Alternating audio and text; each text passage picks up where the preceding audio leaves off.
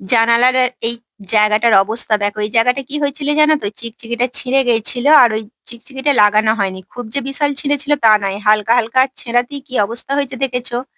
আর পুরো তাহলে জানালাটা যদি আমি চিকচিকি না দিতাম, পুরো জানালাটা কি অবস্থা হতো তোমরা নিজেরাই ভাবো। আর কি পরিষ্কার করতে পারতাম বলো? আর এটা আমি কি দিয়ে পরিষ্কার করছি জানো তো? সোডা। তোমরা যদি ঘরেতে এরকম ভাবে সোডা একটু রেখে দাও না, তেল চিটে জিনিসগুলো এত ভালো ছাড়বে, তোমাদের বিশাল পরিশ্রমও করতে হবে না, উপরন্ত পরিষ্কার পরিপাটি হয়ে যাবে। তোমরা আমার জানালাটা নিজেরা দেখে নাও কি ছিল আর কি হলো। আর বিশাল যে সোডা দিয়েছি তা নয়, হ্যাঁ হালকা নামমাত্র রং উঠবেই, সেটা কোনো ব্যাপার নয়, তোমাদের পরিষ্কার বলে দিচ্ছি।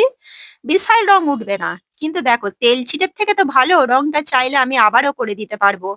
কিন্তু একটা নোংরা পড়তে পড়তে একটা জিনিসে এমন অবস্থা হয়ে যায় না, যে সেটা আর কোনো রাস্তা থাকে না। সেই জন্য আমার মতে বলে এখন পরিষ্কার পরিপাটি হয়ে গেল, তারপর যখন একবারে রং চটে যাবে, তখন সেটা এখনো মনে হয় 4, 10, 15 বছর মনে পড়ে। কারণ আমি যেভাবে রেখেছি তোমরা নিজেরাই দেখতে পাচ্ছ। আর আজকে কিন্তু আমি চিকচিকি লাগাবো না, কারণ আধ ঘন্টার উপর জানালাটা পুছে না হাতটা খুব ব্যথা করছে। সেই জন্য আজকের দিনটা রেস্ট দেবো জানালাটাকে। আর একটু শুকাতেও হবে। ওই কেরোসিন দিচ্ছি তো, এটা এখন আমি কেরোসিন দিয়ে পুঁতছি। কেরোসিন দিলে পোকামাকড় গুলো আর হবে না আর কি। যাই হোক, কালকে সমস্ত পরিষ্কার করে রেখে দিয়ে আজ সকালে তাড়াতাড়ি করে রান্নাগুলো সেরে নিচ্ছি। খুব এনার্জি দিয়ে রান্না করছি, কারণ এরপরে আমি যতক্ষণ না জানালাটা ফিটিং করছি না, মানে আমার মাথায় সেই চলছে যে যদি তেল চিটে হয়ে যায়, এখন খুব ভয় লাগছে আর কি। যার যার কি অবস্থা, আমার এই জানালা এখন চলছে মাথার ওপর। যাই হোক, মেয়েকে বললুম আমি সকাল করে রান্নাটা করে দিই, তারপরে আমি কিন্তু জানালাটা মানে আগে চিকচিকে আজকে বাঁধবো। আর এইদিকে দেখো, সব জোগাড় করে নিয়ে রান্না করছি তো খুব তাড়াতাড়ি রান্নাও হয়ে যাচ্ছে। আর সব জোগাড় করে নিয়ে না কি হচ্ছে না তো, আমি এক্সট্রা ওইদিকে অনেকগুলো কিন্তু কাজ করছি। আমি না রান্না করতে করতে ওই হাঁ করে দাঁড়িয়ে থাকতে একদম পারি না।